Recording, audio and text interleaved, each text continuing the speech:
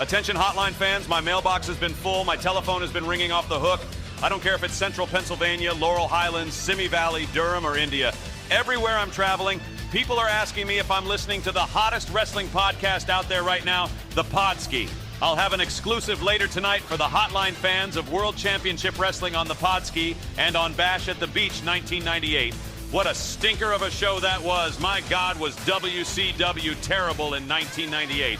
Fans call the hotline at 909-9900. Kids, get your parents' permission, and let's send it to the boys. Johnny Bake Show, Teddy Mongoose, and Justin Andretti. Take it away, boys.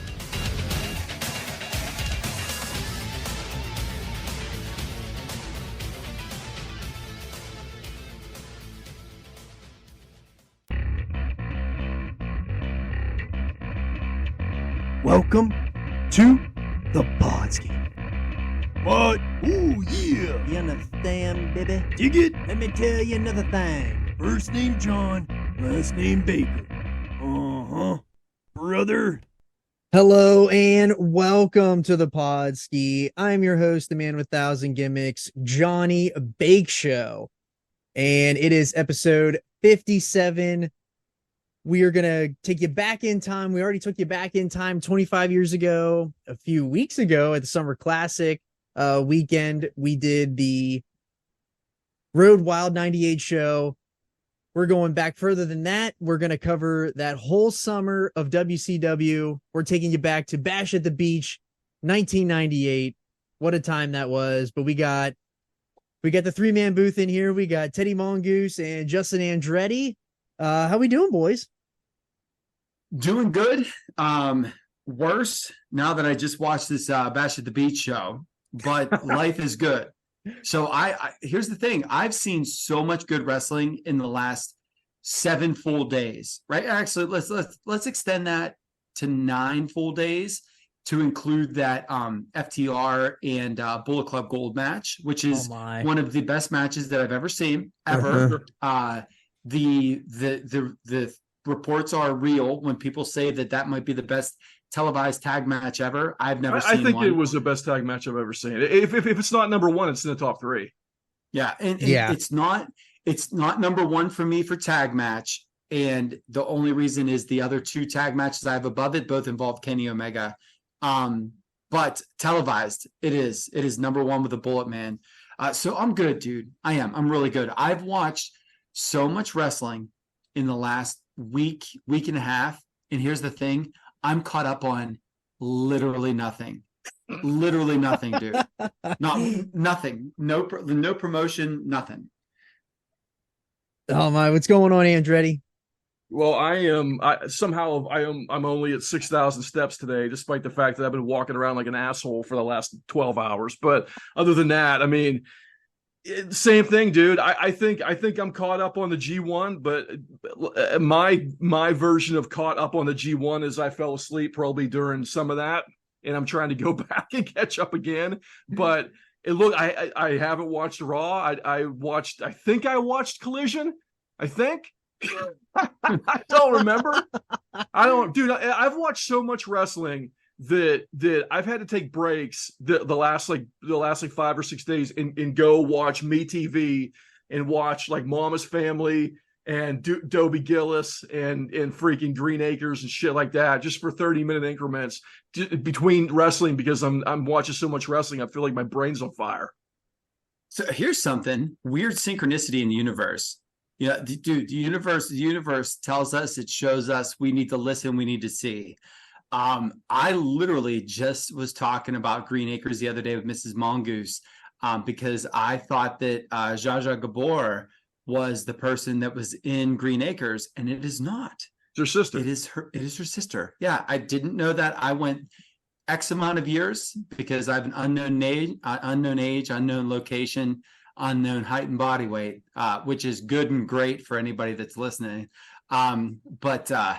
Yeah, man, I that's weird that you just said Eddie Albert. I literally was Wikipediaing the Gabor sisters, just going through all the husbands that they had. I mean, it's just amazing with that show how long they were able to keep that series going with the premise of like The Odd Couple. You know what I mean? Where it's the guy and the rich wife trying to fit in. Like, it's amazing they kept that thing going as long as they did. How about this? When they pulled it, it was a top 20 show on all television. They pulled it because the network that was on, might have been CBS, I think, did what they called like a rural purge, where all rural shows got axed all at the same time. I've never heard of that before. Yeah. Yep. Wow. Yep. Yeah. So all shows involving rural families got the axe. That's funny you mentioned that, because that's what Eric Bischoff tried to do to WCW back in the day. He tried to axe all the Southerners out too. Crazy. He did a hell of a job. Good for you. Good for you, Eric. Yeah, Eric, you're our favorite. Oh my. So Andretti, you keep packing that meat. Nobody can beat Eric Bischoff's meat except for Eric Bischoff. He's no DeArmans, that's for sure. Oh my. Andretti, you that popped me. You had a show drop this Shout week. out Donnie DeArmond that I used to work with at the hospital. He's a good dude. They really did have great chipped ham in there, so I'm gonna give him a shout out. Wow. Shout out to Uncle Bob. Pound of chipped ham, loaf of bread, kick it in the middle, bottle of ketchup. Diabetic. Oh my God. Andretti, you had a big show this week drop. We talked about some really important business. We had the Pizza Wars and the cheeseburger picnic. That's right. We tried to do a double show, the like a drive-in movie theater. You go and get the double feature, right? So we got the Laurel Highlands Pizza Wars 2023. This is the third version of that with T3 on here. That was great. A lot of funny audio with him, of course, and a lot of silliness. Then we had the second part with Bobby Winters, who was the super ambassador at Snyder Mania 8 Cheeseburger Picnic. Came at you live right from the 1889 Park Pavilion 4, just like every year. It was great. Had him on there. A lot of Caucasian silliness went down at the Cheeseburger Picnic too. So, I mean, anybody who's inclined to go in there and hear some funny audio, there's some ridiculous commercials that I threw in there and a couple movie trailers to make it feel like you're really at a drive-in. So hopefully people will check that out. But everybody, I've heard good stuff. People have messaged me and they thought it was really funny, and a lot of guys, knew some of the places that we went to and whatnot, and some of the players at Snyder Mania too. So I got a lot of good feedback about that, which is cool to hear. Nice. Yeah. So you can make sure you go check that out on the Podski network family. You can check that out on the socials at _Podski. You can check us out on everywhere you get your podcasts. You can get it there, as well as YouTube at the Podski with John Baker as well. All right, we got a run in here on the Podski right now. We got infamous Johnny Utah from the Pizza Wars Andretti After Dark episode. And this is where Mr. Utah was absolutely buried, and he's here to state his claim. So the floor is yours, Utah. Hey, he's a noted Liberty Park alum. Yes, absolutely. Liberty Park for life. Yeah, Andretti and Mongoose here they've made me the biggest pizza hill in the land. And I came to kind of refute some of these claims. Mongoose got a lot wrong. He came out saying a lot of things that weren't true. And I think I was like, I got to get on here and make things right. Right your wrongs, brother. Tell me what you got. So first off, Mongoose here kind of claimed the fact that I've only had 4 pizza places my entire life. I've been stuck in Sidman, St. Michael for my whole life, haven't ventured out. I claim to be quite the pizza connoisseur, boys. And, I was real offended by that comment. I mean, I was fuming in here. I actually tried calling into the podcast. I didn't even know if there was a number. If it was live, I was trying to call in. It's live. It's live. We're always live. So I'm throwing F-bombs saying these motherfuckers, And so first off, I didn't ever say JoJo's was my number one. I said I didn't know if T3 and Andretti have ever had the sweet sauce at JoJo's. Tell them they need to try the sweet sauce because they took over Ann's Pizza and they've used their sauce. And it's actually really good. It's worth. I would include Ann's. I would include the JoJo's next year as Ann's. Okay, that would be fair. Yeah. But it's really good. So I was just telling him that.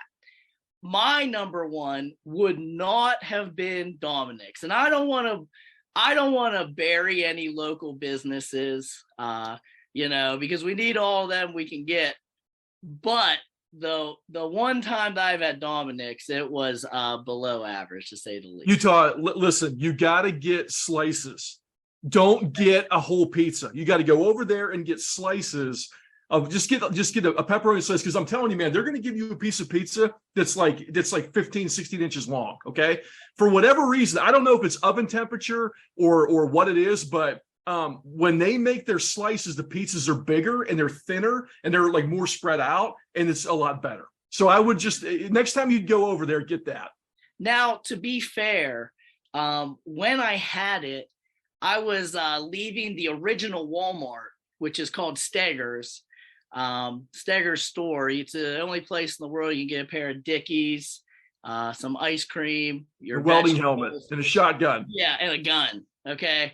So, and you can leave there with a gun today. But so I was walking out of Steger's, and they have a little shop there that had, so that might have been the issue too. So you got to go to, that's not the real that's like Dominic's Express. That's as bad as people saying that the Clark Powell's in Wilmore is good. The Clark Powell's in Wilmore fucking sucks. You got to go to one in Evansburg. So that made it. I told my wife, I said, we got to go get Dominic's because I got to try this. Now, I've had pizza all over the land.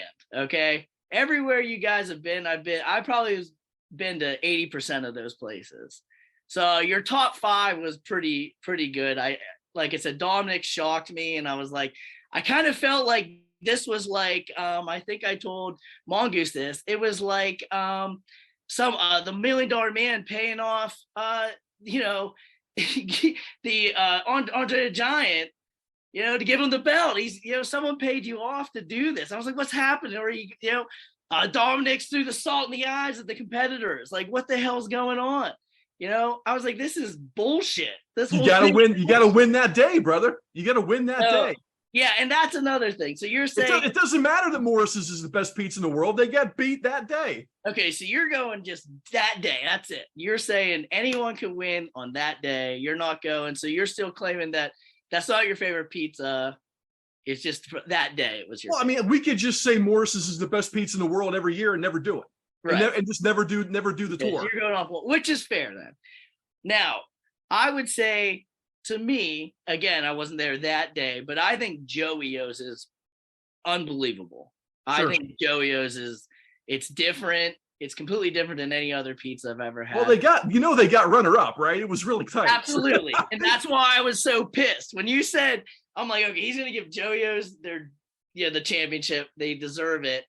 And when you said Domino's, or I wanted actually the Godfather said not Domino's, Dominic's, I was like, if I could have, reached out to the Godfather, I probably would have bitched at him the other day when I saw it. But so, everything Mongoose is saying here is completely off base. I never said, and I love JoJo's. JoJo's is in that top 3 probably for me, top 3 to top 4. But, I was just saying, hey, they should try the sweet sauce. And to say that I've had so much more pizza than Mongoose has ever had in his life, it's ridiculous. So this guy making these claims, these false claims, is absurd. And, I'm out here just to clear my name because, I've turned into the biggest heel ever. I'm getting hate mail. I got people emailing me. I got people stopping at my house. They're saying, how can you go against Andretti and T3? And I said, fuck you. I tell all of them, go fuck yourself. I don't care. They're wrong. And that's where I'm at. All right. So I'm going to try. I'm going to go to, probably on Friday, I'm going to go to Dominic's. I'm going to ask for a slice. And I'm going to get a hold of you guys. And I'll give you an honest opinion. Tell me you want pepperoni slices. Two Okay. pepperoni slices. I'll honestly do it. And if I'm wrong, I'll admit my wrong. But yeah, from what I remember, I was like, this amazing competition, has just been someone paid them off. I was like, someone paid them off. That's all that's the only thing it could come down to. They got that Stegers money behind them now. I know. I was shocked. And as I listen to this podcast, we got to cut you off now because John has a cutoff. So dude. And so we were blessed. By the presence of the wonderful Johnny Utah, who came on here and spouted more lies about what had just happened. So here's the deal, folks. Johnny Utah, I think, might have eaten a piece of pizza or two from somewhere that wasn't from the Summerhill Social Club or JoJo's, Punkies, perhaps. I don't know. But look, man, he stated his case. Good for him. He'll see God someday. He'll be judged. All right. And we got some housekeeping we want to take care of too. We are in the dog days of summer where there's nothing going on really in the world of sports other than there's everything going on in wrestling right now. So the Dodgers got Kike Hernandez back today, which is good. Hey, that's good for them. That's good for them, man. What does that hip hopper say? Kiki, do you love me? does that put me on with the younger crowd? Kiki, do you love me? Jeez. Wow. I'm looking forward. So I will be celebrating a undisclosed birthday number at an undisclosed location here in a couple of days. And I am very much looking forward to kicking back and watching a Buccos game or two with the old man. So nice. Yeah, last year at this time, not only did I get to see my first Pirates game of the year, they were playing the Phillies. Friend of the podcast, Trigger Trey, happened to be at the game. And I got a couple dozen wonderful photos of him just struggle facing after that game. So shouts out to you, Trey.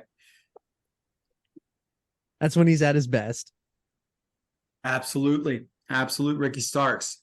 Speaking of, John, because I said that, AEW, would you mind me grabbing the steering wheel from you really quick? And can I have 5 minutes? Absolutely. The floor is yours. Give it to us. Yeah.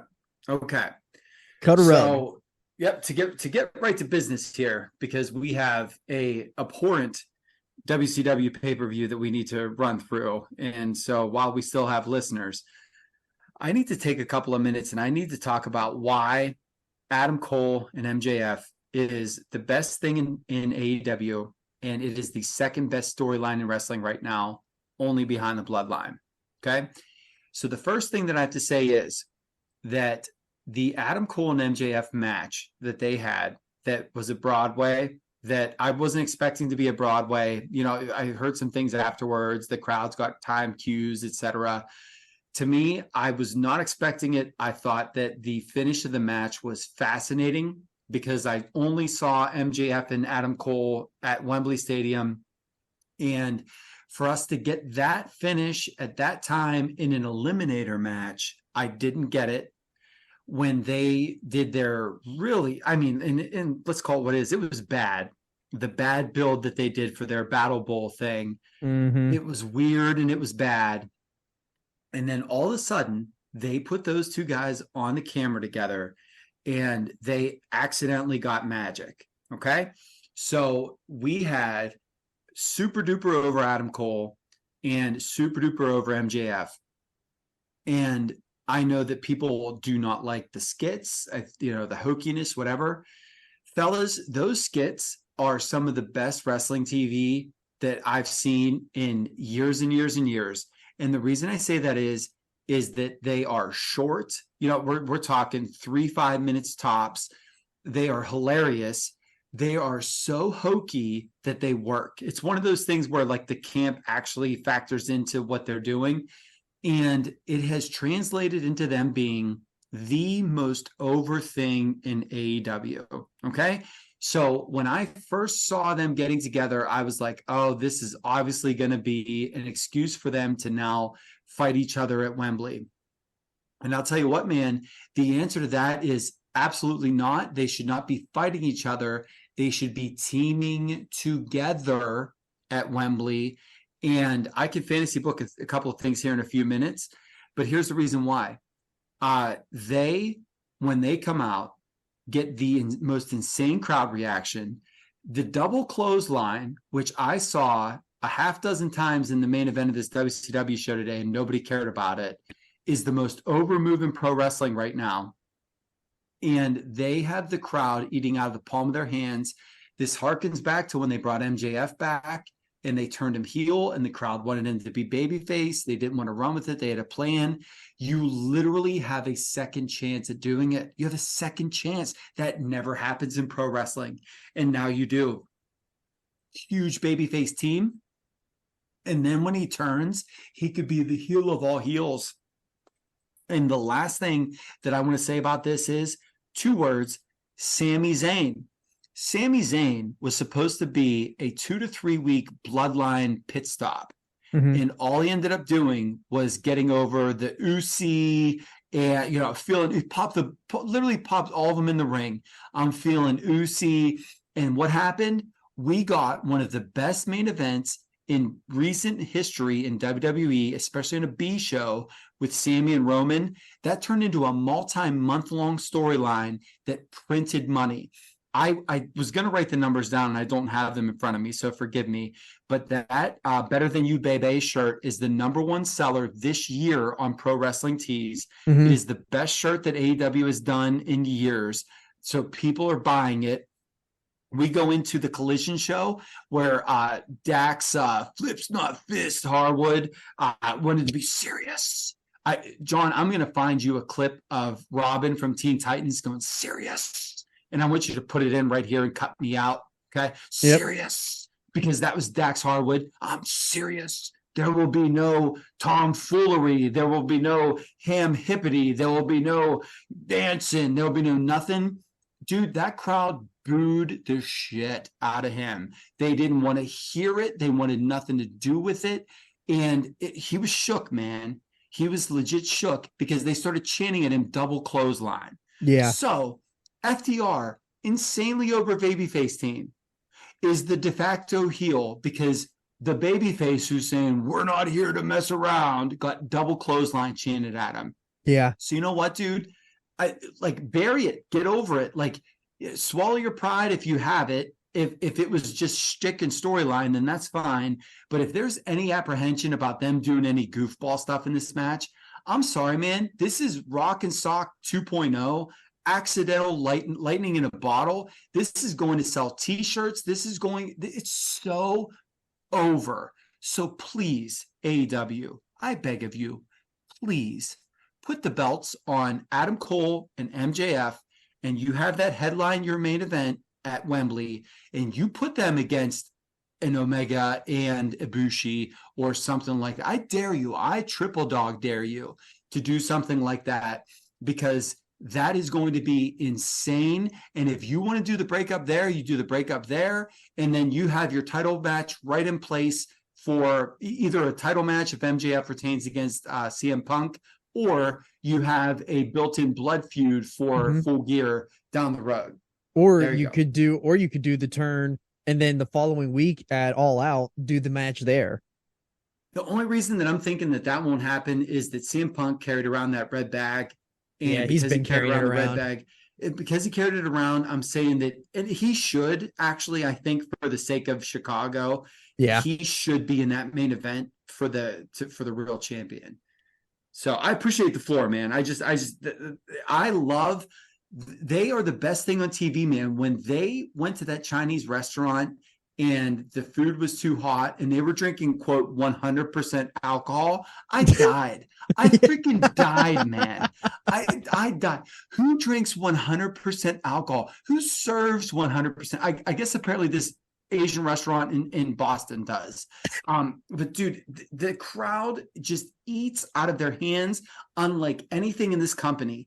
And if they can't read the room and they're going to stick to their plan anyways, shame on you, Tony Khan. Shame on you, because you have something, man.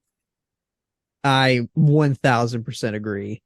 And it's really great that AEW has something like this right now, because there's in their kind of friendly promotion on the other side that they just got done running the show with New Japan. They're running like their most serious big tournament of the year with the G1. And I know you guys have been watching some of it, not all caught up yet. I say it every year. I say I'm going to watch a G1, and I just like, I forget about it. Then I get 17 hours behind. And then by the time I catch up to those 17 hours, I'm going to be 84 more hours behind. So I know that you guys have been watching it. Take us a little bit through what you've been watching without spoiling each other.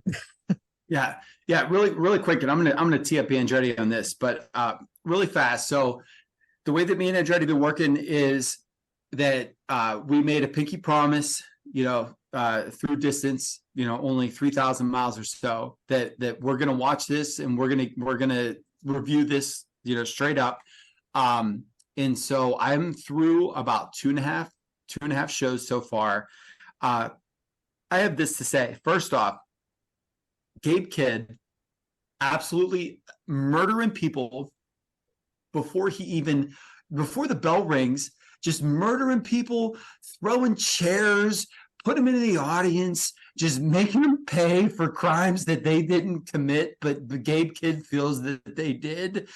Like, I think it's really awesome. I think Gabe Kidd's okay. I hate to say it. Like, he's just one of these guys that he needs a lot of work, which, dude, go to the G1 and get your work in. But I think he's going to wrestle 48 matches in 6 days. So, dude, that's what I mean. Like, you want to talk trial by fire, brother. And the fact that they have Gabe Kidd and they have Alex Coughlin and they have the Nichols fellow. What's his first name?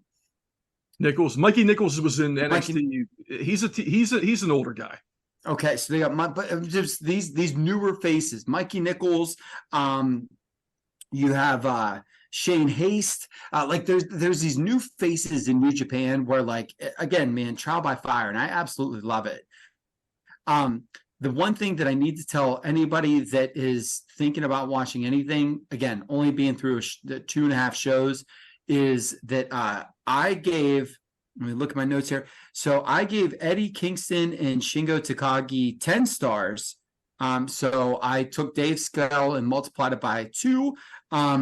The couple of things I have here is adore these strikes. This is everything I wanted. Strikes are insane. The selling is better. This is awesome.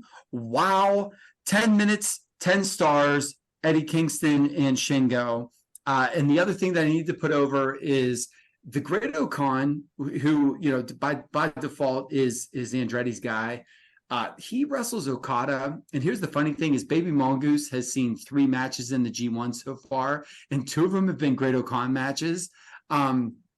The first match where he wrestles Okada and Okada sends him to the outside and he hits his shoulder against the barricade and he sells it as if he's just been turned into goop.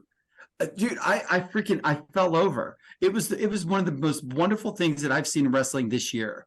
And the other thing that I really, really want to put over big is him versus Kenta. I thought him versus Kenta was absolutely freaking awesome.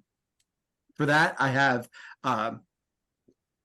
Kenta Great Khan 11 stars. I gave it 1 more than Eddie Kingston. So 11 stars.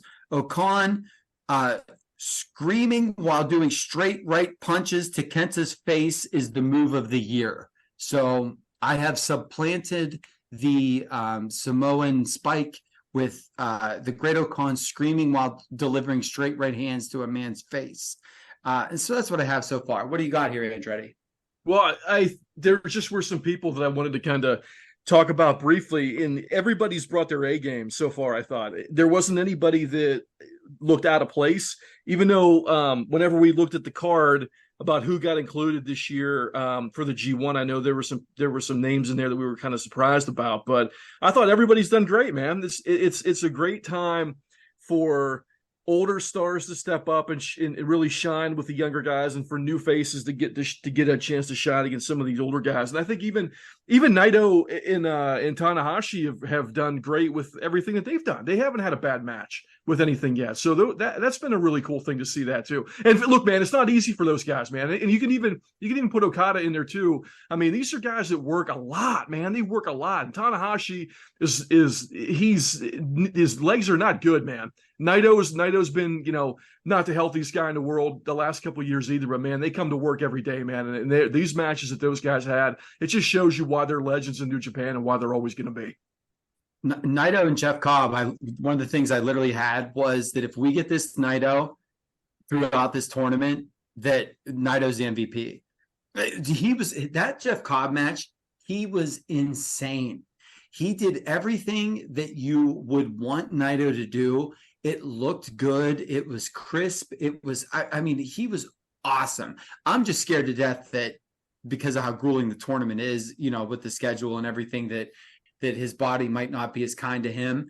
But if he can somehow manage to sneak through a couple of, less bumpy matches, because, Jeff Cobb's going to throw you around, he's going to be awesome, man. Like I would not be opposed at all for Naito to be one of those guys that you think is going to be in the running, but will put people over, and then all of a sudden be like a block finalist. You know what I mean? Because if his body holds up, he would be awesome in the semis.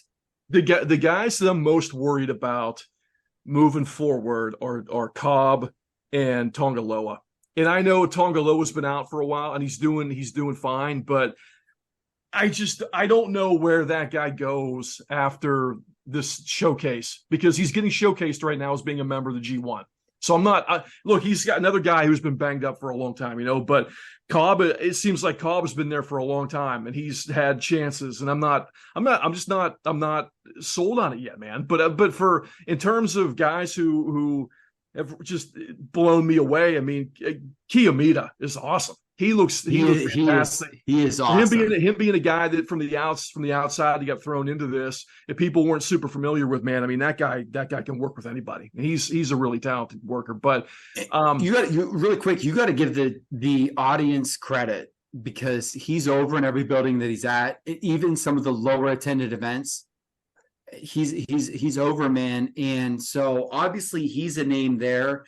And I would probably liken that to something similar to, if you're hardcore here and you've heard of, let's go back to like Adam Cole coming from Ring of Honor to NXT and everybody losing their mind. I sort of feel like that's the vibe there, and it's really awesome. Yeah.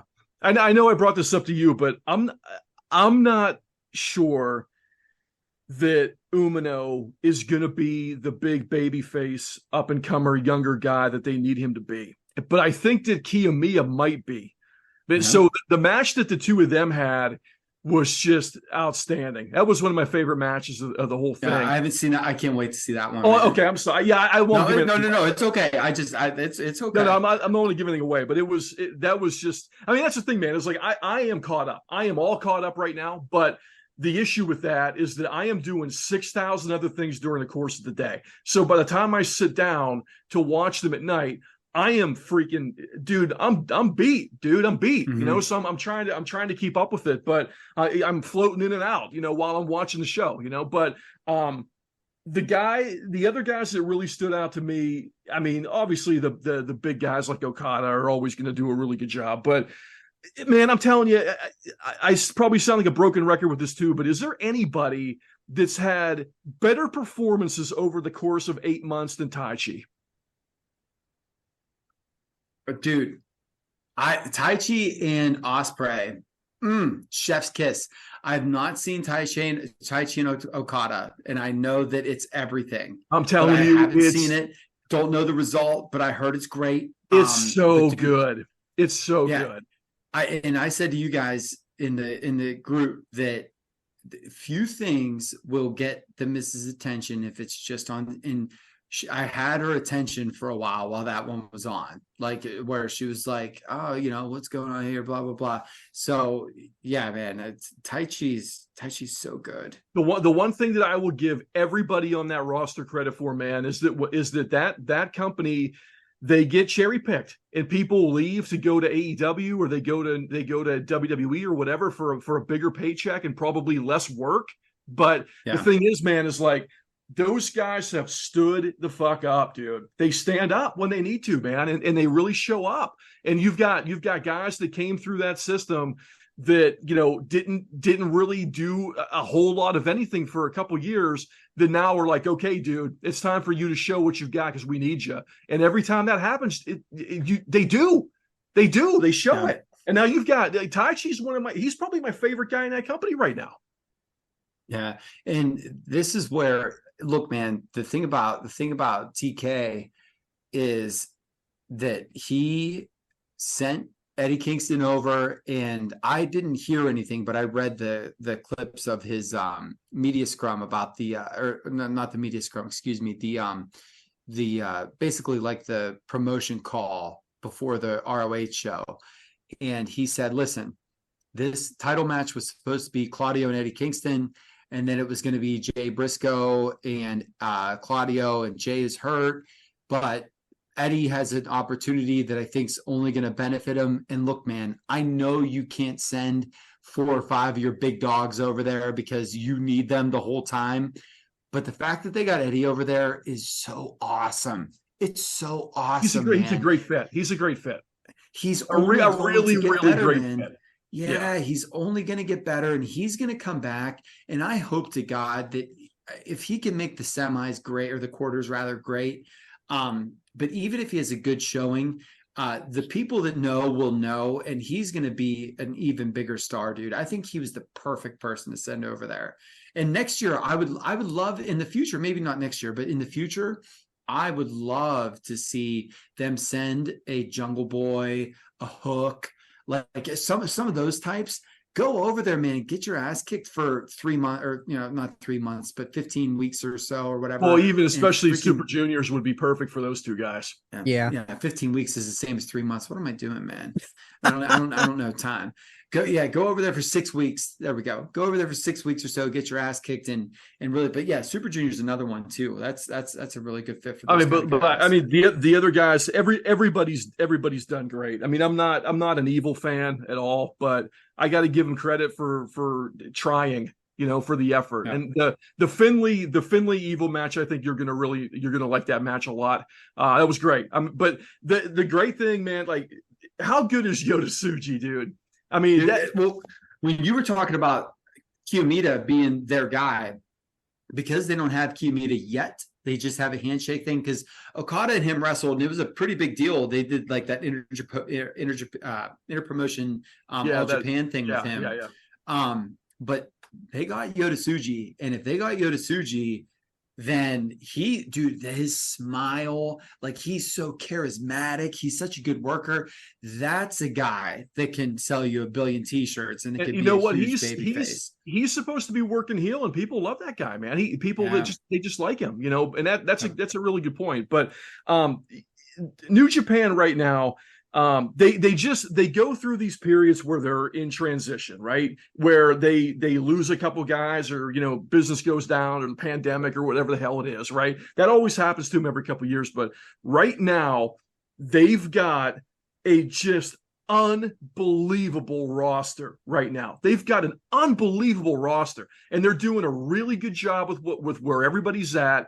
But they've got this really great group of guys who are right underneath the main event level, where they're not quite superstars yet on the level of like an Okada or a Tanahashi, something like that. They're not that yet, but you've got this group right underneath it that are so poised to just take that next step. And I'm looking forward to it, man. A year from now, 6 months from now, when we get Tsuji versus Naito for control of that group, things like that. We bring in Kiyomiya, and it's him and Takahashi killing each other for that that undercard belt, dude. I mean, they're lined up right now to just have an unbelievable next couple of years if they can keep everybody there and push these guys correctly. The stuff they're doing with the Bullet Club right now is excellent. The guys that they have in there are fantastic. Finley, I mean, I got to eat crow on that too, man, because David Finley's a bad motherfucker. And I was just getting ready I'm on board, dude. I'm on board. Yeah, I was just getting ready to say. So mad, and God, he's awesome. And here's the thing with this, Andretti. I'm sorry, really quick here, John, and I'll let you go. But with this, I almost feel, and look, man, this is before my time, and I don't have enough time in the day to go back and watch. But they always allude to the time where New Japan was in its doldrums and Tanahashi was the man that carried the company. And then you got Okada and Naito and these names. I seriously feel like we're there, where it's not Tanahashi, it's Okada. Okada is the only thing that makes sense. And that's why he keeps getting the belt and everything. Nakamura would have been another one thrown in there with those guys. Sure. And so I feel like when you just said about these people that are bubbling up, the simmering, ready to boil over, I'm hoping that we're there, man, because there are some really great people. So yeah, that'd be something I could liken that to. Probably, I think the era would have been the late 2000s where they said that Tanahashi was the man. He was the only reason that promotion is still here. And look at what they came into. I feel like Okada's that guy now. Go ahead, John. They've got a go ahead. Yeah, Baker. I'm sorry. I'm sorry. Go ahead. Jump in. No, it's okay. I just was that's really funny what you said about Finley, because everyone sitting here, we were like, I don't know if we can trust New Japan after they did that. And he came out there and said 95 F-bombs in one promo, and you had to cover poor little Mongoose's ears. Oh, that baby Mongoose's virgin ears, man. The best thing is that she heard that promo, and she still every couple of days will be like, Dad, is the F word friendship? Or something like that, like something that's very much not the F word. And I'd be like, no, but don't say the F word. You know what I mean? So yeah, so at least it's so but I'll tell you what, man, I thought after that one I was gonna have to take her to one of those brain scrub clinics or whatever. It's just really funny that like everybody's sitting here when we were all saying like I don't know if we can believe like what New Japan is doing. Can we trust the vision? And like it's turned into something really good again. They just have done it right every time. I think the fear that all three of us had was that they were just going to put the belt on him, and he was going to beat Sonata, and he was going to be the champion. Oh yeah, that was the fear. The presentation of how they brought it. How they brought it to come to pass was not good. But look, here we are, and we're 6 months later, 8 months later, and it's fantastic. So I gotta hand it to him for that. Now, look, I like the War Dogs tag team. I think those guys are gonna be really good. But the only thing I would say about New Japan right now is they've got a little bit of a gap at the top with the tag teams. Look, man, Bishamon's probably a top 3 team in the world. Those guys are awesome. But outside of that, they've really got to figure something out with the tag team division. Now, whether or not that ends up being, Shane Haste and Mikey Nichols back together as the Mighty Don't Kneel like they were in NXT, and they just pull them out of TMDK as a tag team again and let them be. Maybe that's the answer. But I don't know. I don't know what to do with that tag team division other than put 2 guys together. And I'm not sure who that should be, because I do not want to see House of Torture as a tag team going after those belts. I don't want to see bullshit. I want to see guys that know what the hell they're doing, because Bishamon is a good enough tag team that they deserve a really good run, but they got to have a really good run against people who are credible. Well, the move is if they listen to me, and they put those belts on MJF and Adam Cole, and then they let this thing percolate and roll, is that you do some disenfranchised storyline with a tag team or 2 from AEW, and then you let them go on excursion without calling it excursion. I think there's so many good tag teams there, dude, that I think that could benefit. I mean, just go through the Rolodex, and you can find 2 without even, going past the 4th or 5th thing, to find somebody that would be awesome to go over there. And the best thing about it is, with all restrictions lifted, everything else, they're going to have to go over there for once a month, twice a month. Like, you can make that happen. And I'm not here to wreck anybody's travel plans or ruin their family life or anything like that. But it's something you can very much make happen. It keeps your relations with the company good. The company being New Japan, in AEW. So I don't know, man. I think that AEW partnership could really help with that until they have people that come up that could be established. The only other thing I really wanted to bring up about this is just how confused I am about Tama Tonga and just why they haven't run with him more. I don't know if there's something that, I don't know, man. It could be something as dumb as him, flirting with the WWE. We've heard those rumors for years. It could be something as dumb as that, but I'm confused as to why they haven't done more with that guy over the course of time. In my opinion, he's a star. He's a big star. He's super talented. He's a good-looking dude. I don't know why they haven't gone harder with him. Yeah, we've heard him going to WWE for years, literally what 10 years is what it feels like. Yeah, I'm assuming that with them, as bad as it is, and dude, it happens in every promotion over every generation. It's always the bridesmaids, never the bride. Yeah, it's true. And because maybe change the scenery for that guy's what it's going to take. Because I think I've said this for years. You guys know that, man. That guy's a freaking star. I think he's a superstar. I'm confused why they haven't done more. Well, they just added I feel like he could be like a heavy hitter that they could throw into that bloodline story. He doesn't need to be in the bloodline, but he could be like a mercenary or something like that they could bring in, kind of like what they did with Jeff Cobb in AEW originally. Like, he was just a mercenary that would come in and do one-offs. Like, they could, I feel like WWE could really use somebody like that, where it's just like a killer and like a mysterious killer type dude. There's somebody that makes a lot of money, that's old, that has a lot of a big, crazy, awful checkered past, that's now secretly running the shots, that doesn't do mercenaries. Yeah. So I think that until he would disappear. I love your idea, but I think that there's 0% shot of that happening. Are you at all surprised that they haven't done anything with him in AEW? Yes. With Tama Tonga? Yeah. Well, here's the reason why I'm not surprised, is because he doesn't fit anywhere. Because all the things that they've done so far have been sans Bullet Club. Now, the fact that they have Bullet Club Gold could be his entryway in. Mm-hmm. So if you get the right babyface mini faction against the Bang Bang Gang, that's the time where you can bring him in. And you also have to do it in a smart market. You have to do it in I don't want to say Chicago, because, but that's a good one. Chicago. What's that?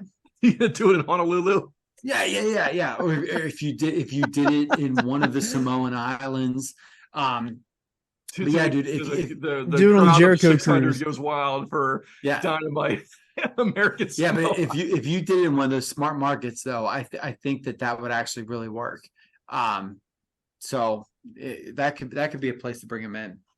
I don't want to get too. I don't want to add too many people to the Bang Bang Gang either, though. I think where they're at now with 4 is really good. They could probably go to 5. I would actually. And I was using him as a babyface to fight against the Bang Bang Gang. I got you. Okay. I would like to see a female get thrown into that group at some point. I don't know who. I don't want to even say any names yet because I just thought of it. But at some point, I think that somebody should be in there. Yeah, because if you bring Tama Tonga to the States in the right market, he's not getting booed. That's why he needs to be a babyface. I think he'd be you want him to attack Jay White, and then you want Tama Tonga and Jay White to headline one of your Arthur Ashe type shows. Those mini paper Blood and Guts.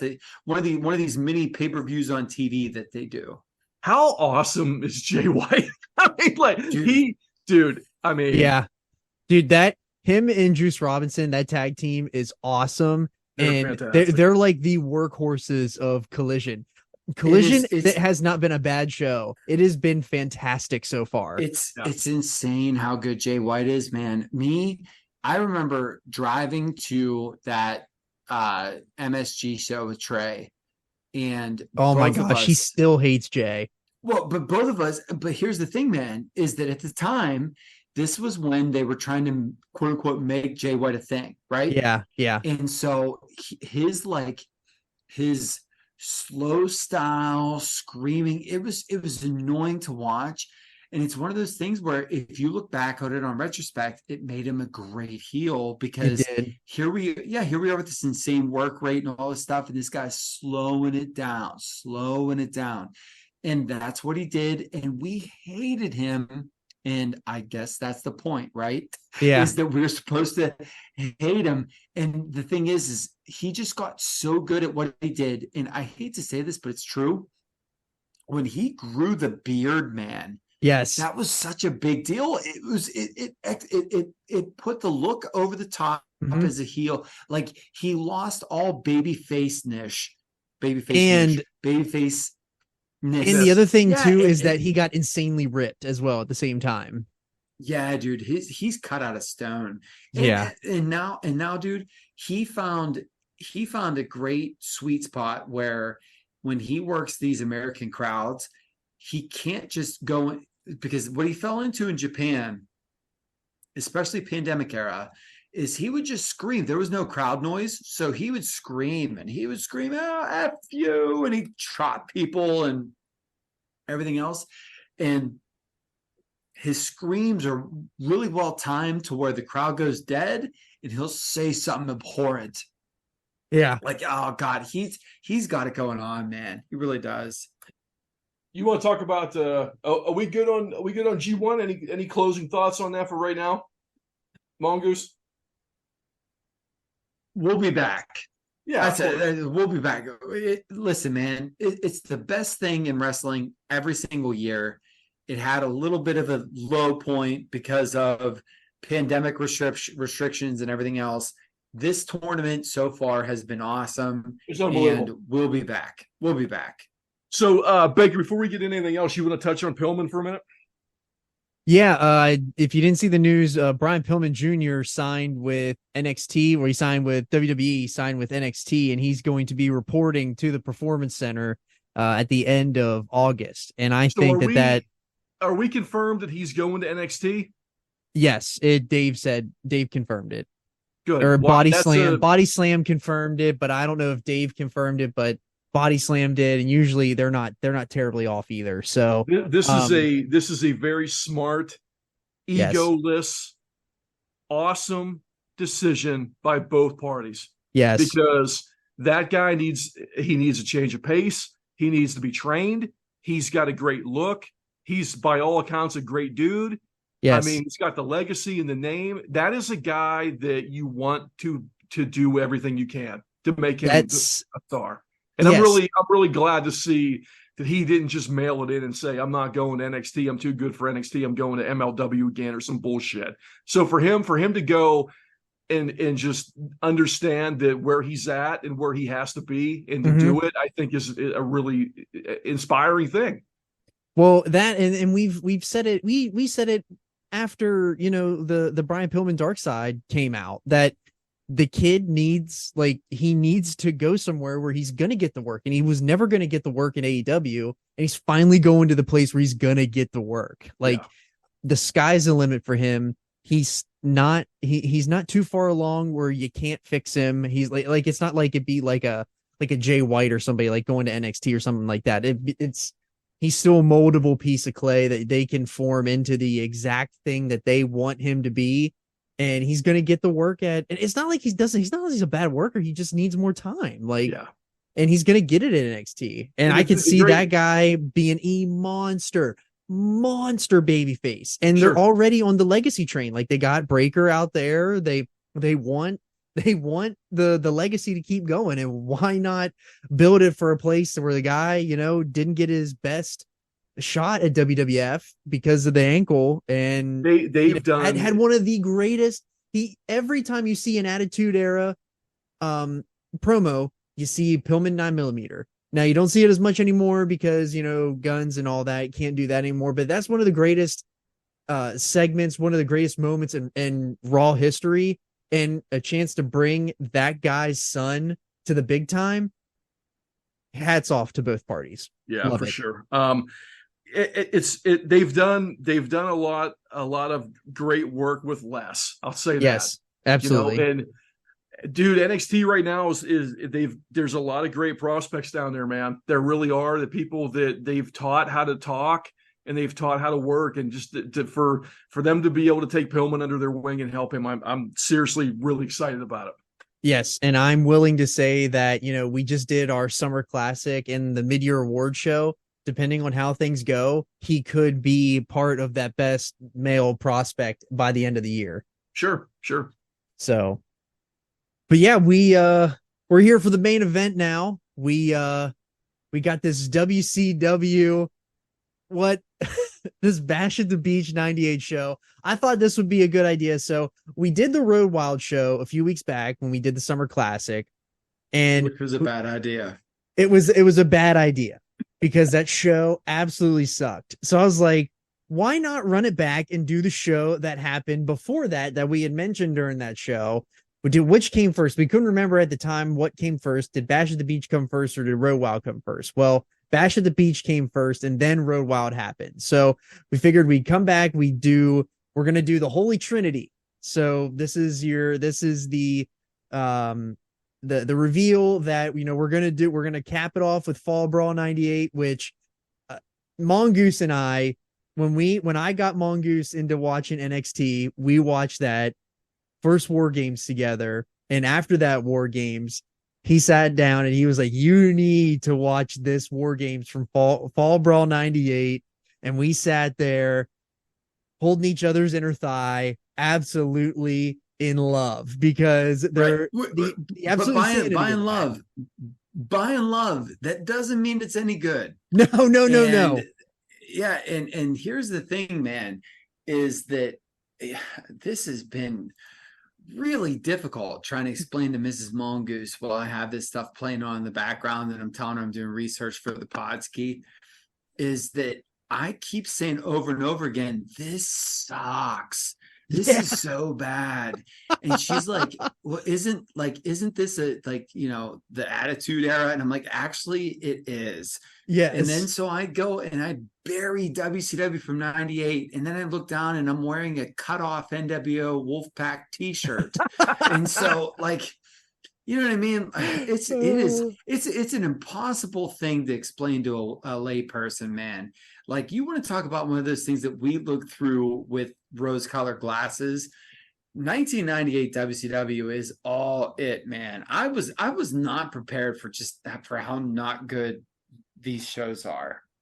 So I watched one thing I'll say real quick is I'm watching that dude. I put off watching that show until today. I didn't even want to watch. Dude, I just so. I'll just say this right now. I tried watching this last night, and I got to the Disco Inferno match. And when Tony Schiavone said Disco Inferno is from Funky Town, I turned the TV off and went to sleep. But dude, I'm watching that main event. I'm watching that main event today, and I'm sitting on the couch, and I literally said to myself in a very serious voice, thank God Hogan's here to save this. Dude,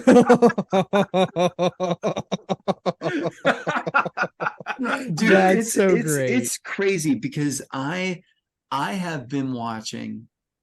watched so much wrestling this week. And it's all been so good. It's all been so good. And this is so bad. And this is pay-per-view wrestling. So, all right, John, you lead us in, and then pass me the ball, and then I'll take us into the show. But before we start, since we are absolutely killing this right now, I started watching Nitro. I started from the beginning, and this was like pre-pandemic. I started in late 18, and I watched it all through 19.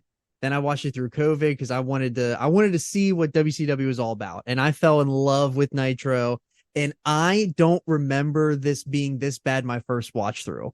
I was like, this is pretty good. Like, this is like a legitimate star-studded roster. The roster is unbelievable. So I have a suspicion all the pay-per-views are bad. Yeah. Yeah. Well, They might here's literally the other be thing, all John. bad. And here's the other thing, John, is you were watching it during a time where WWE was putting on Great Balls of Fire as a pay-per-view. Yes. Like seriously, man. And we were watching syndicated 1 hour long ROH shows. And so your exposure to awesome wrestling was limited, obviously, you know what I mean? Like in the scope of that. And so it's almost not fair to judge this against the current day because the current product and every single promotion is so good, but that doesn't mean that it's not good because this isn't good, man. And like what you're saying, man, that the roster right here for WCW at this time period is so outrageously talented. It's outrageously good. It's insanity. It's so crazy. So what I want to do before I throw it to Mongoose to give us the details and the numbers, I feel like we didn't do a good job of painting the picture of where we were in the wrestling times. So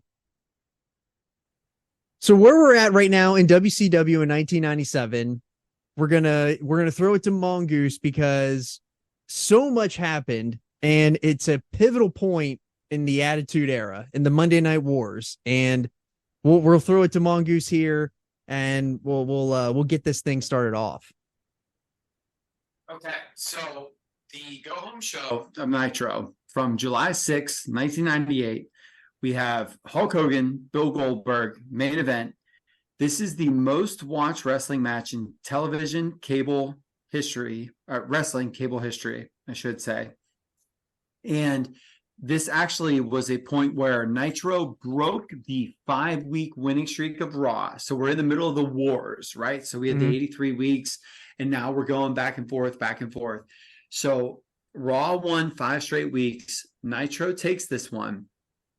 This title change was the first quarter hour of pro wrestling history, cable history, I should say, that reached 5 million homes. So it drew 5,054,000 homes, which is in excess of 7 million total viewers. It did a 6.91 rating, which whenever we talk about ratings today, like when Dynamite does a 0.35, it's a big deal. So to think about a 6.9 rating, and when I say 0.35, that's for the 18 to 49 demo. So I don't know if that's 1-to-1, apples to apples here. So that quarter hour where Hogan and Goldberg have the title change, 5 million homes, it's in 7 million total viewers, 6.9 rating, and it broke the all-time record of 4.7 million homes, which was set from the match where Hogan won the title from Randy Savage after a one-day reign on April 20th. So big-time deal in terms of TV at that time. And I don't mean to sidebar us, but I have to really quick because we brought that up. If that match happened today, it was the best move for business because TV drives everything. If you read The Death of WCW and you listen to any of the contemporary, I don't want to say listen to, but if you read any of the contemporary articles at that time, that was one of the things that was the death knell for WCW, because you had this money match that you could have sold on pay-per-view and done insane buys. And because they were slaves to Turner, which this was a Death of WCW thing that I picked up, they were slaves to Turner at the time, had to pop a big rating. That's why that show was on TV. If that show was on TV today, that match would get them literally billions of dollars. There'd be billions of dollars there. But the economic model was different at that time. So it's really crazy because they were ahead of their time in the wrong way at that point in time, because they popped an insane number. They got all these viewers, they got all this stuff to the TV show or to the television channel, and it didn't mean squat because the TV revenue meant nothing at the time. Whereas now it literally has built the WWE. Right. And to add to your point there, I know that it's really hard to take Bischoff with anything that he says because he's not always telling the truth. He's telling grains of the truth. But he mentioned that half grains. He mentioned that 2 weeks after this show, he was pulled into the Turner offices, and that's where they told him that they need to start changing the model, the format of Nitro, and which makes no sense. Like the model that they had built up until this point was the moneymaker. It was golden, and things after this point, like I don't even know if this is even true or not. I mean, you can correct me if I'm wrong, but this is the last time Nitro ever won in the war. Am I right on that? I don't know if you're right on that, but here's the thing. Like, I'm not saying that he's wrong because look, dude, I'm a dude doing a wrestling podcast in his basement 30 years later or whatever. It's a finished basement. It's really nice. Yeah, thank you. You got to get a bathroom down there, but other than that, it's really nice. Appreciate it. But here's the thing, man, is that if they came to him and said the model isn't working now, I feel like that's a built-in excuse as to why your television show was cratering. And if I'm looking at the product, it sucks. Yeah, it sucks. Well, he's done a really good job over time of just making excuses for himself and giving in his brain logical reasons why things happened that he screwed up. That's what also another big point that needs to be made. This is the 3-hour Nitro era. These 3-hour Nitros that we're watching, like whenever I was watching the 3-hour Nitros, those things are laborious to watch. They're still better than Raw, the 3-hour Raws, in my opinion. I don't know, man. I could get through a Raw pretty easily now for 3 hours versus watching them Nitros when you got damn Disco Inferno out there from Funky Town. Just fast forward it, man. It's go to bed. That's where you go to bed. Just go to bed. Yeah. Well, and that's the big difference is that during the 3-hour Raw or the 3-hour Nitro era, here's what I did, and I'm sure you did the same here, Andretti. I would watch the first hour of Nitro, and then I would just watch Raw. Yeah. That's what I did. That during this time, but I watched the first hour of Nitro, and then I would watch Raw, and then I'd flip back if there was a commercial on Raw. That was what I did for a year and a half.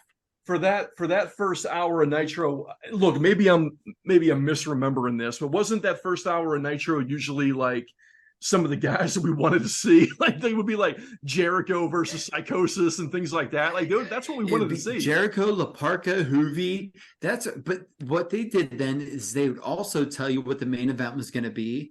And so then I would know because look, man, at this time I'm 13 years old. So the Wolfpack I thought was the coolest thing in the world. So if you're dropping to me when the Wolfpack's coming out in the first hour, then I'll be flipping back or whatever. But I'm watching Raw at this time. I'm absolutely watching Raw. Well, do you there's a lot of stuff going on the other side of the coin too. Like in WWF, like they're at their launching point right now since they had just taken over the 5 weeks that you mentioned.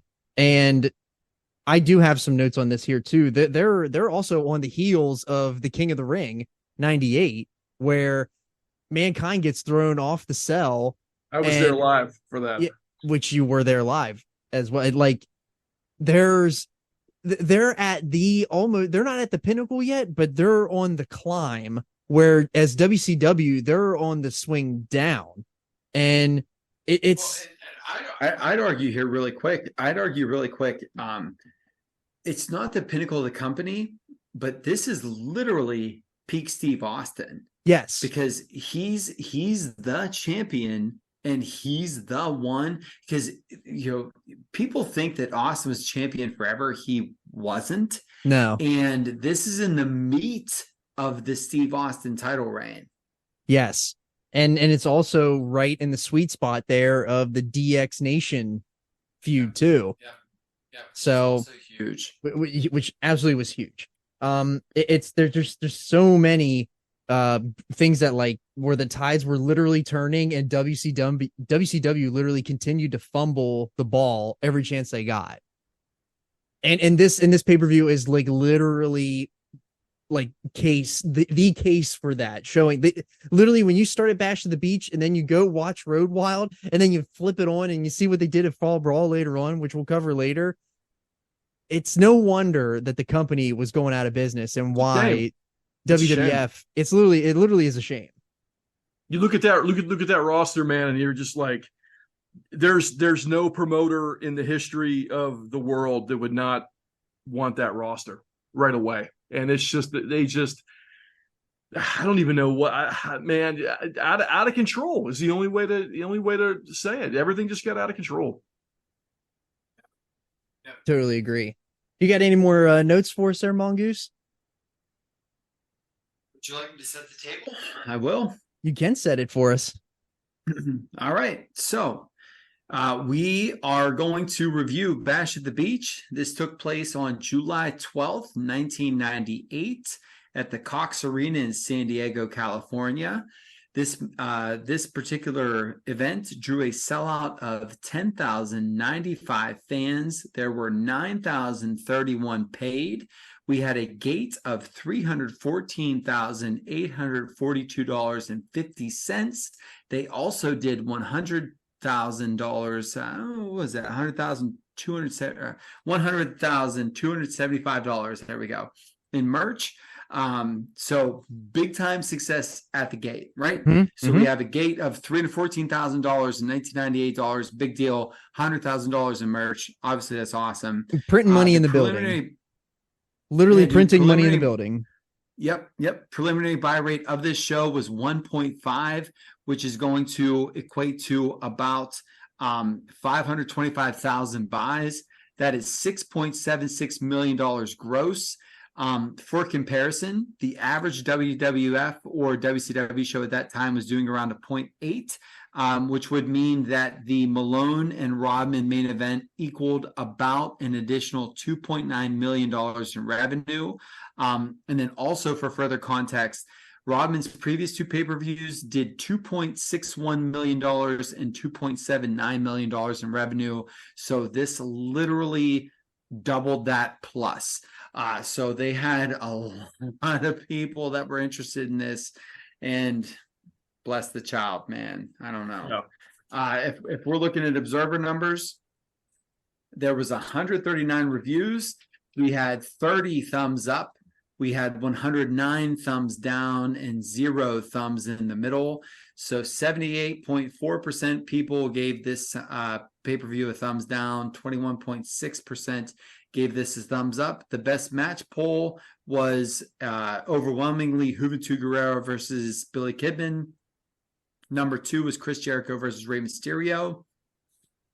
And the worst match out of 139 viewers, or reviewers rather, there were 129 people that said that Hulk Hogan and Dennis Rodman versus DDP and Karl Malone was the worst match on this show. And I don't think you could have set the table any better there, because you've literally laid out, we've shit all over this, and this is literally the biggest show that WCW had ever done in terms of money, like in terms of business.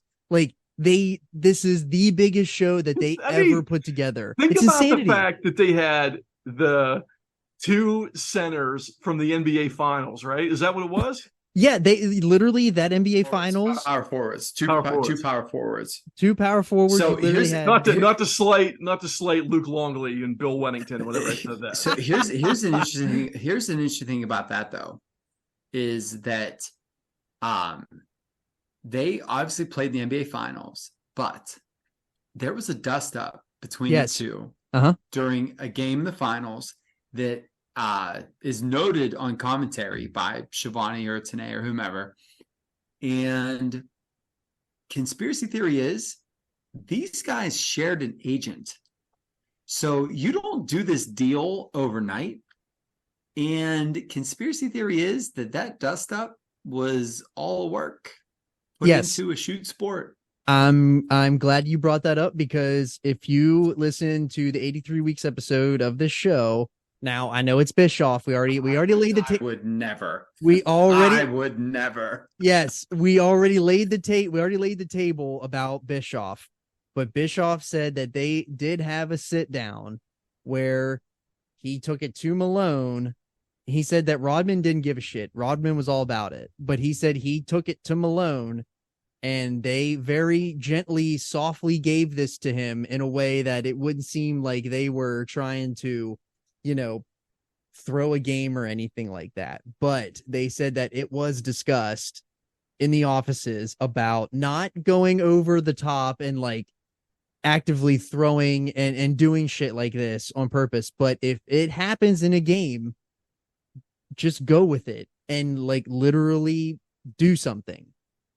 And I'm sure he said that so debonair and so clever and everything, but this was literally greasy money man Bischoff with greasy money men, the execs, with greasy money men, the players, with greasy money men, the agent, that said, hey, let's sell some pay-per-views. Yes. Let's do this. But two greasy wrestlers that are also in the ring. Two of the greasy. Yeah. I'm glad that he tried to make it seem like it was up and up, and we softly presented this. And everything. Yeah. I but know, dude, right? this is as straightforward as I could call you tomorrow and say, John, I need you and Andretti to do an angle where you're going to say that cheeseburgers suck and that you hate his dad, and it'll sell pay-per-views and we'll all get rich, and you'll do it. You know what I mean? That's all this is. Yeah. And it's really funny because this is right on the heels of The Last Dance. So like there is controversy all over the place around the Bulls right now because nobody knows what's going to happen with Jordan and Pippen. Like no one knows what's going to happen to the Bulls. And it was like literally The Last Dance had just ended a month before this. So like not even, it was probably less than a month. But yeah, so the Bulls literally come off winning the finals, and then a few weeks later, we're at Bash at the Beach in the main event.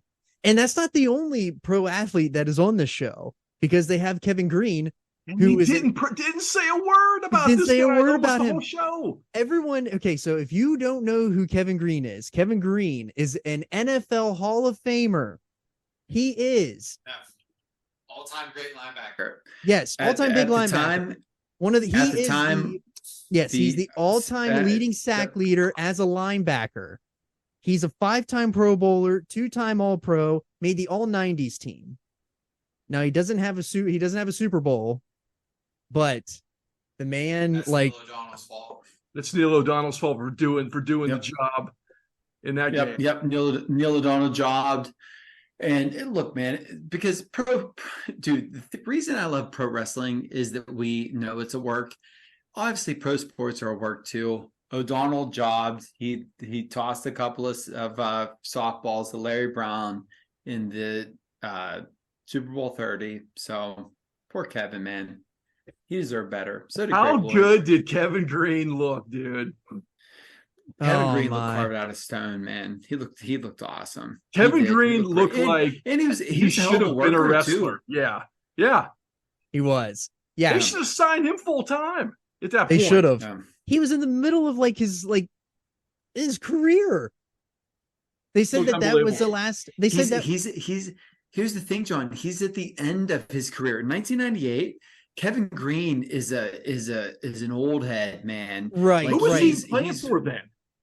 Packers. He had just re-signed with the Panthers. Yeah. So he went Steelers, Panthers, great Panthers run to the Packers because the Panthers were like, oh, you're old.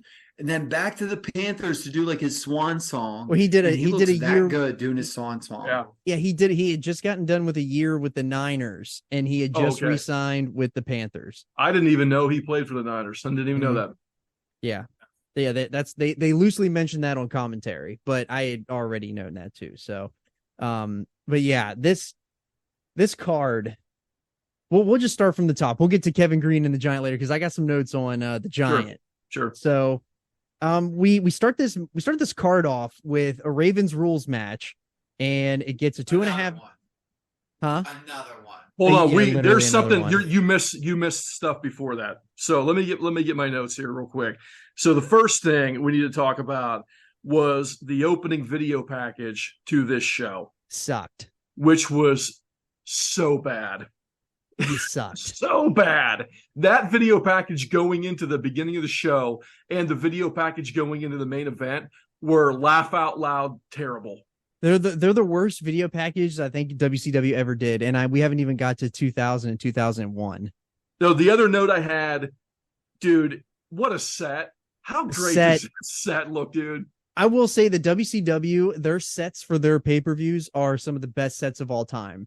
And that's not even including Halloween Havoc, which is the best one of all time with the big the ghoul over the pumpkin. That's the best one. We should do Halloween Havoc 98 because that's my favorite pay-per-view of all time. But it's excellent. It's such a train wreck like these other ones. I don't want to put you guys through a fourth show. So terrible. Like that's it, John. I like, dude. My brain hurts because like I understand that, and I do because I love so many things that people don't like. But like, dude, 1998 WCW is so bad. If I have to watch 1998 which I will, obviously, and I'll just there's no way we're doing a fourth show. Halloween Havoc 98 has to be terrible. All the Havocs are fun. All the Havocs are fun. That one can't be any good. That's dude, you can spin the wheel, make the deal, coal miner's glove. I mean, this Havoc 98 show with Hogan versus Warrior, which everybody knows is a -5-star match. This it's my favorite. I'll save it. Okay, so the only other thing, did you guys see when Mean Gene came out to talk about the hotline that they didn't have the Canadian number blacked out? Yeah. So can you call the Canadian number and it'll still I'm going to work? call it right now. This is what's going to happen. Call it live on really the air. quick while you are. Here it is. Hold on. Please check the number and dial again. Did you get that? It won't go through. It didn't go through. Yeah, I heard it though. Please check the number and dial again. Yeah, I saved the number last night. Yeah, that's really funny that they didn't do that. They didn't blur out the Canadian number. And Mrs. Mongoose, we were down here getting our swell on while that was on. She goes, "There's the Canadian hotline number." So there you go. Nice. Even noticed by a layperson. So this first match was Raven's Rules, you said? Yes, it was Saturn versus Raven, and it was a 2.5 stars from Dave. And again, this is kind of a weird thing. Like usually WCW is known for starting with the cruiserweights, and they start with, a Raven's Rules match, which is weird, but I don't know. I don't know how we feel about Raven's Rules other than like, well, I think Raven in WCW was criminally underrated. That guy is super talented at this point in his life. They should have done more with that guy, man. I think Raven's awesome, especially here in his WCW stuff was fantastic. So here's my problem with it is that I watched the Road Wild, Hog Wild, whatever first, where we saw the back-to-back hardcore hour of just waste my life hardcore matches. That really impacted my view of this because we started with Raven's Rules versus Perry, Saturn, and Raven. I was like, are you freaking kidding me, man? Like, I feel like I just watched this for 6 hours during that Road Wild show. Dave's first sentence in his review was, both guys worked really hard, but the match fell apart with an overbooked and poorly timed finish. And I actually think that was perfect. That was the perfect summarization of this match. How about how about the botch from the top rope onto the tables from Perry Saturn? They did, and then they turned around and did that at Road Wild, literally the next pay-per-view. When that was on, I rewound that to make Mrs. Mongoose rewatch because I was like, he's standing there, dude, and they pulled Raven out, and he still jumps. What are we? I don't know, dude. I don't know who screwed that up, or Saturn didn't jump early enough, or what happened, but it looked really bad. Saturn literally just went wee, like right. And off Saturn the top rope. Saturn was the one out of the four rascals that Vince wanted the most. I know, isn't that insanity? Are you? What planet is he on at that point? Saturn. Yeah, exactly. Yeah, literally on Saturn. Did you know the reason that Saturn's name is Perry Saturn is because his name is Perry Satulo? No, I did not know that. Didn't know that. Yeah. Wow. Makes a lot of sense. Yeah. Well, whatever. Anybody find him? Is he still missing? I don't know. I haven't heard for a while. To a mop somewhere in the Midwest. Whatever. Ah. Yeah, but we had that botch, and then we had Canyon come out. Yeah. And Canyon raised Raven's hand. Did that go anywhere? Did that? I mean, where did that go? Because both those guys are awesome. Man. Here's the thing. I don't care because he gave him a flatline or whatever, and then it didn't end up with Raven being pinned, which was weird. And no. But next we had what was voted as the best. Really quick, John. Just say that Raven won. Raven did win.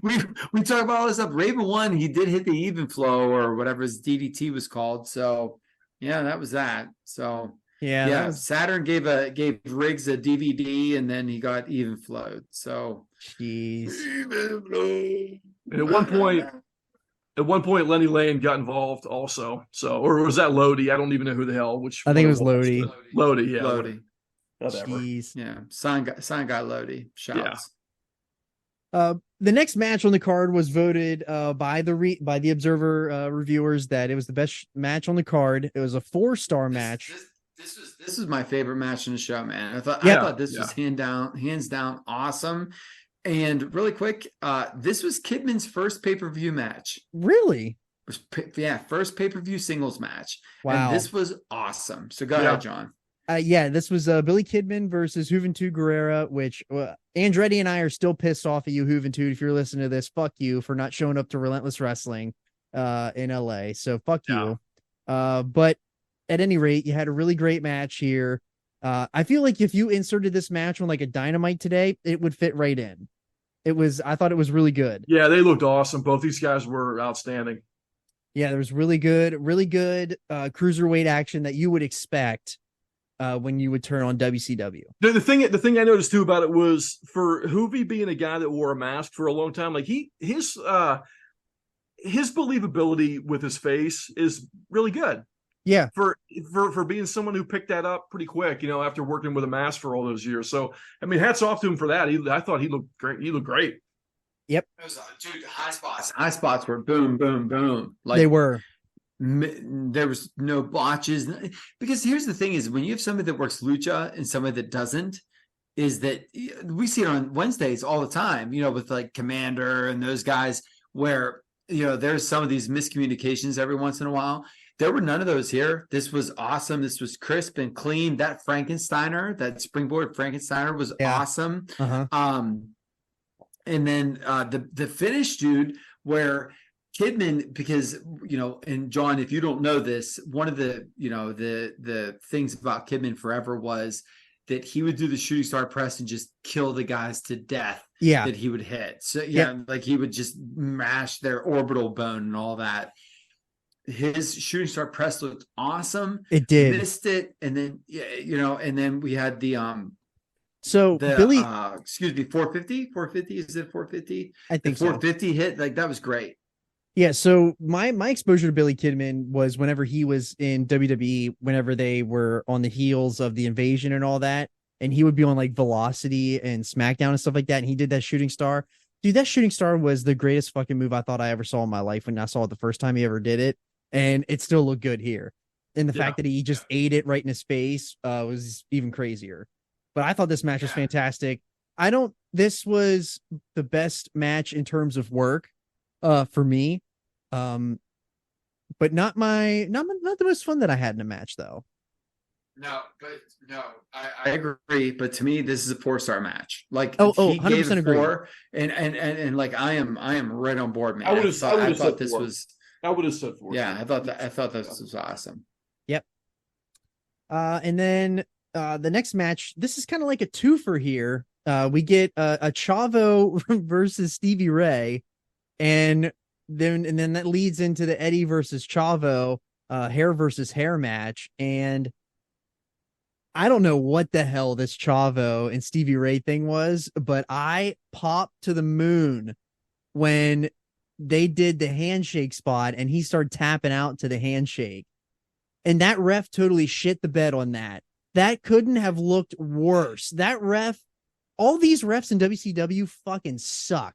That's the only thing I got to say about the show. I thought that was, I agree with you. That was clever and that was terrible. It was both really smart and awful. Poorly executed. At the same time. Poorly executed. Because Stevie Ray's a guilty pleasure of mine from forever, but Chavo is not. I can't get into Chavo, dude. I just cannot for whatever reason. I'm out on that guy. Yeah, I can't say that I'm in on Chavo either. Insane Dave literally says Chavo was spraying the crowd with the super soaker, which was pretty hilarious. He's a strange animal, man. Yeah, he's because he brought that super soaker out, and I was like, "Get the F off my television, brother!" Yeah. Oh my gosh. But after they do that handshake spot, and it leads into where now Eddie has to face Chavo for the hair versus hair match. My notes here are that there were 2 ass biting spots where Chavo was biting Eddie's ass. What the fuck was that? I have no championship wrestling show that we saw while we did the awards. I would rather see Bushwhacker Luke's ball sack again than watch Chavo bite a man's ass in the ring. But the thing about that is that I didn't think that, like, when they finally got into the match and they quit fucking around, I thought that it was good work. But until they got there and they got the ass biting out of the way, dude, I could not wait for this match to be over. And Eddie wins in a small package. It gets a 3.25 star, but the post-match stuff, that is what pissed me off the most because that took way too long. The next match here, we had Conan and Disco, and I refuse to talk about this match because I skipped fast forward. So you're not going to get me to watch a damn Disco match. Yeah, so really quick, if you wouldn't mind, I'd like to call the segment Mongoose Reads. This will take 20 seconds. This is me reading directly from the Wrestling Observer, which actually is exactly what I felt. Conan beat Disco Inferno in 2:16. Actually, the best part of the match was before it even took place, where Alex Wright and Disco Inferno mimicked Conan's mic work. Conan came out with Kevin Nash dressed up like a 40-year-old who's still in high school, and Lex Luger just like one of the only 40-year-olds who still wants to compete in bodybuilding contests. It was basically short and sweet, with Luger racking right outside the ring, Nash giving a high kick and a powerbomb to Disco in the ring, and Conan finishing Disco off with a Tequila Sunrise submission, 1/4 star. That perfectly, that was perfect. That perfectly was sums up. Being perfect. Yep. Yeah. Jeez. But the only thing good I have to say about Conan is I like that Toy Biz figure that came with a trash can. That's it. I died when he said that Kevin Nash looked like a 40-year-old still in high school. I died because he was in Pennies or Pippins or whatever, and he had a full like glimmery Durasheen boss outfit on. Yeah, I loved it. Then we got to a match that this was for entertainment purposes. This was my favorite match of the show, and that was Mysterio and Chris Jericho. You missed the Giant and Kevin Green. I did miss the Giant and Kevin Green. It's because we talked about Kevin Green. That's what threw me off there. So the Giant and Kevin Green, we already put over Kevin Green huge. Giant's chokeslam I thought was insanity. This got a 1/4 star as well. I thought that, Kevin Green looked great. And for somebody who was, an actual like pro athlete to come in and do something, he looked really, really good. Got stuck in there with a shithead in the Giant. And for some reason, when they said the Giant was 26 years old, I didn't believe them. Dude, when they said the Giant was 26, I almost fell off my chair. I wasn't ready for that. He looked 37. Look, man, Kevin Green looked so good. And we talked about this before. He looked, and I mean, aesthetically looked so good, but he looked like he belonged in a pro wrestling ring. And so a 1/4 star, I don't think is fair. It's not because I'm judging with there being a non-pro wrestler in there. This is too easy for me. Like 2 stars. This was easy to watch. And I didn't mind this. I seriously didn't. The Giant should have won because he's on his, he has a title match coming up or whatever. It's a pro football player that's going up against a pro wrestler and not in the main event. So whatever, dude. It was what it was. I thought this was fine. I thought this was fine for pay-per-view. Weird. It's weird. Yeah, why did we have the match? Fine. Why did we have the match? Why are we feeding Kevin Green to the Giant? Here's what Dave said. He said this wasn't a good match. However, Kevin Green is an amazing worker for only his 5th match. So I agree with that too. Yeah. And then, so this is what I thought was my favorite match in terms of entertainment was the Chris Jericho Rey Mysterio match. And this got 2 3/4 stars by Uncle Dave. I thought this is classic Chris Jericho on the mic with JJ early. And when he called and said that, is this going to be some independent jabroni and called him a jobber before Mysterio ever came out, I popped huge. And I thought this was a highlight. That was great, man. Yeah. That's peak Jericho. And I'll tell you what, Andretti said this in the group chat that the Jericho Malenko feud was great, which it was, man. You want to talk about high points at this time period at WCW. This was well booked. This was well done. Jericho coming out with his gimmick saying that he's going to dance and sing, and then getting cut off by JJ Dillon. They did the camera so that you didn't see JJ Dillon and he was there. And then he said, I have an independent guy that hasn't worked in 6 months. And Jericho says, this was booked beautifully, man. The problem is this match was initially slated for 18 minutes. Yeah. 18 minutes and it got 6. Well, it would have been fantastic. He kept saying, I'm trying to do a little soft shoe routine for these people. And I was freaking laughing my ass off at that.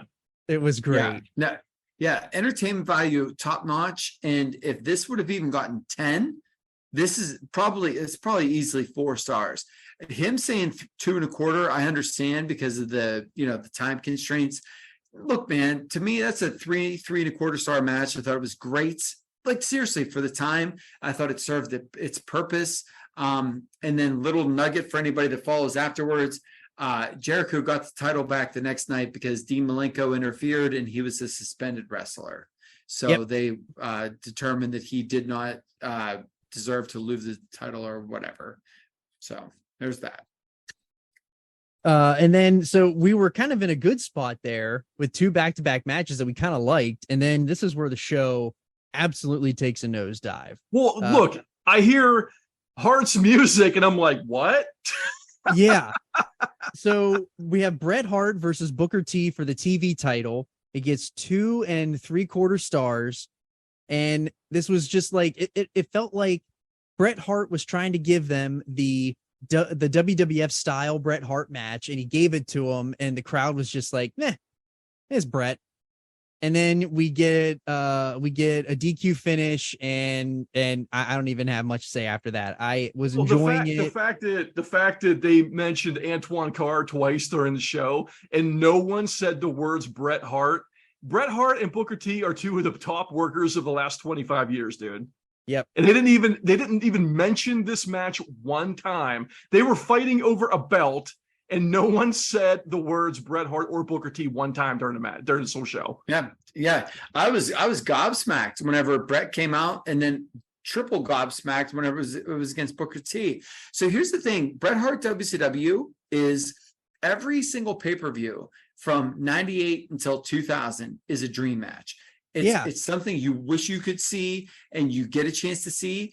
And in the multiverse of matches of the infinite multiverse of existence that we live on, every single WCW pay-per-view that we saw is the worst iteration of those Bret Hart matches, man. Yes. This match, Dave gave it 2 3/4. No way. He's being nice. There's no way. I said to you guys being nice 2.5. Dude, the finish out of nowhere, and then we go right back to angry Bret just figure 4 in the dude on the post. Like, tell me, I'll take things I've seen 1,000 times before for 500 Alex. Like, you know what I mean? Like, this was just a waste of time. And then Stevie Ray walks out in his dress shirt and his chain. And I guess that's the beginning of his heel turn. Maybe. I don't know. I'm not going to watch anything after this to even see what happens. But I imagine that that's the beginning of his heel turn to be like, oh, my brother getting his knee and ankle tore out. Get out of my life, all of you. Yeah, it was not good.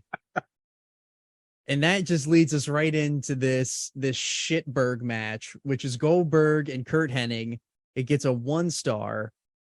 And we got to give 1 star is criminal. 1 star is criminal because we got to give the flowers to Hennig. Yes. Yeah, dude, this is my second favorite match on the show. My favorite match in the show is Hoovy and Kidman.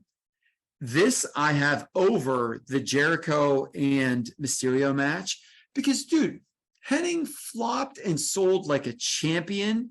I thought Goldberg looked great. He was over. Now, Dave did say, and I did laugh when I read this, when they showed a big crowd shot while piping the chant, you could see that nobody was chanting his name, which I didn't catch live, but that made me laugh. But look, man, this is an easy 2.5, 3-star match for me because I thought this was perfect. I thought you put your champion over huge. I thought Hennig bumped like a champ. I thought this was awesome. I love this. Yeah, I thought it was a really good outing by Hennig in that, you know, he's tried his ass off to get Goldberg over and he looked good. And I don't know. Hey, shout out Bobby Winters for finding a Remco AWA Kurt Hennig in the wild this weekend with the camo pants still attached. Wow. Pretty awesome. Great find. But we're here at the main event. Hogan and Rodman versus DDP and Karl Malone, a -1/4 star. And I'm not convinced that Rodman wasn't drunk during this match because he looked like shit and he wrecked this match, blew it all to hell. It was supposed to be 45 minutes long. Hogan cut it short, and you could tell because Rodman stunk up the joint. Thank God Hulk Hogan was there to hold it all together. Thank God. Yeah. Really quick here. There's a couple of things that I want to note here. So the first thing before we get into this main event is that Dave Meltzer had noted this in the Observer that week. Jake Roberts used to repeat the fable every time he turned heel. It went something like this. You see a wounded snake and it's about to die. You save its life. You nurse it back to health. You treat it as a friend. It becomes your best friend. And one day, out of nowhere, the snake bites you. You ask the snake, after all I did for you, why did you bite me? And the snake responded, the first time you picked me up, you knew I was a snake. Rodman is Rodman. Yeah. So I thought that was a perfect prelude to this. So a little bit of background really quick. WCW had one match on Rodman's contract. So when he signed that in 97, they had one match left. They tried to pawn it off to New Japan, and New Japan said, we can't do anything with this. We'll pay him a lot of money and not get a lot of return. And so then that led us to this match because him and Malone had the same agent, which we had talked about before. A couple of things that Dave said, I want to note, when the smoke cleared, and it probably still hasn't out of Rodman's eyes, it wasn't altogether different than most WCW pay-per-view events. Some good wrestling underneath, and the matches got progressively worse until climaxing with Hulk Hogan stumbling around in a poor match that usually draws a hell of a buy rate. And the one thing that I should note is Dennis Rodman made $750,000 for this night of work. With inflation, that's probably what? Over 1.1. I was probably more than that, man. So $750K in $1998, like that's probably 1.2. Yeah, it's something else, man. It was awful. So this was something else, dude. I had, before I even went back and read anything, they announced people at the beginning. and they said like 6'6" or whatever and 297 pounds. And I was like, dude, they are inflating Rodman's number. It was Hogan. They said Hogan was like 6'6", and I was like, get out of town, man. So that was weird because then Rodman comes in and he's 9 feet taller than Hogan was. So your gimmick height and weight like totally just jumped the shark there. The other thing is there was not a move done until 5 minutes into this match. Yes. 5 minutes into the match, Malone slammed Hogan. When I think about it, one thing to shout out is that Kanyon and Billy Kidman did train Karl Malone for this match, and he looked competent, and I'll give them that. But I'll tell you what, man, this was a mess. This was a bloody mess. Negative quarters, 1 1/4. Oh my gosh, being nice. Yeah, being really nice. Oh my gosh, I can't wait to watch Fall Brawl 98. I mean, the fact that they spent, like you were saying in the group chat, Mongoose, 25 minutes after that match of people just bro hugging on the entryway, talking to the camera, should leave everybody to believe that match was supposed to go 100 more minutes, and thank God it didn't. Yes, I could have used 10 less than what they gave us. Yeah, dude, that's totally, you're totally right. We should note that during the main event, we did get to see Chris Chelios. That was awesome.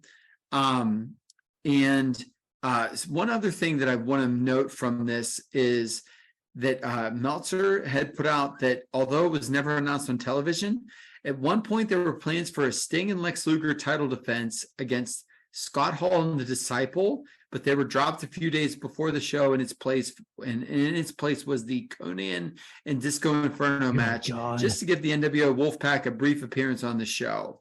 And then he does note that basically those guys were just walking around hugging each other because it was just killing time. And look, man, I'm all for the celebration thing and everything, but like it was I don't know, man. It was greasy to see how much time was spent on there just talking into the camera saying, we're the best or whatever.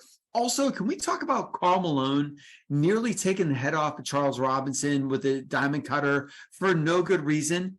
Why did Karl Malone turn heel at the end of the match? I'm really confused by that. Yeah, this whole thing is bizarre. I was so ready for him to stand up holding the severed head of Charles Robinson like an Mortal Kombat fatality, and that just be the cut to the end of the show. If I could do revisionist history, that would have been it. He would have done that diamond cutter. Robinson's heads would have fallen the whole way off. Malone would have got up and held it by its blonde hair. It would have said fatality, and that would have been the end. Maybe that would have been a quarter star match. Oh my. I mean, this was bad, but we made it through, made it to the end. We hope you all enjoyed our Bash at the Beach 98 show. Boy, we sure enjoyed watching it. We really enjoyed watching it. There was the bad thing is that there was some really good stuff in there in the middle. You just had to find it. And then it just ended with a huge popcorn fart at the end. But yeah, make sure you check us out on socials at @the_Podski on Twitter and Instagram. Check us out. Checked out the Cambria County Coroner on IG. Make sure you check out the Laurel Highlands Pizza Wars as well if you need more info on Johnny Utah doing the run-in. Or if you need to check us out too, we're on Facebook. Check us out wherever you get your pods at. Make sure you hit download, rate, review, subscribe, like, share, all that good stuff. And we will see you next time on the Podski. I actually talked to Johnny Utah after we did the show on the phone. So he called me and we talked, and I told him I was going to record it just so in case he wasn't able to call into the show, when we recorded. But he had some things he wanted to say. just to clarify in case he wasn't able to come on. But I think it's really interesting, some of the stuff he says. So I want to play that real quick. And I had his permission to record this conversation. So I just want to play this real quick. And I think it'll further clarify kind of what Mongoose was saying and mischaracterizing kind of what Utah was thinking in terms of the pizza. Okay, so I know he kind of clarified a lot of it whenever we recorded yesterday on this episode, but I think it's still beneficial to add this in there so that we understand kind of where he's coming from. Thanks Andretti for letting me clarify some of this. I know Mongoose said some things, I thought we were friends, but I guess he sees me as this small town hillbilly that doesn't understand pizza. Well, I am here to say I have eaten pizza at several places. I've been to the Summerhill Social Club, JoJo's, Darlissa, Fox's. I have not been to Morris Tavern as yet, but I hope that when I get my donkey back from the vet that we can ride up to Sidman. That is really far from where I live in St. Michael. And in these economic times, I just don't have enough carrots to feed the donkey to take me to Sidman. I am not some fake pizza guy, I am a decorated Laurel Valley basketball tournament competitor. I've played in every major league from Grand Slam to Laurel Valley. T3 knows, Bobby Digital knows, Andretti knows I am an exceptional swimmer as well. Who better than Utah? I don't want to have to beat up the Mongoose for what he said, but this is ripping my family apart. Can't he see what he has done? Don't you all see what you have all done to JoJo's? We need to go back to what matters. There are battleships. There are cargo ships. But the best ship is friendship.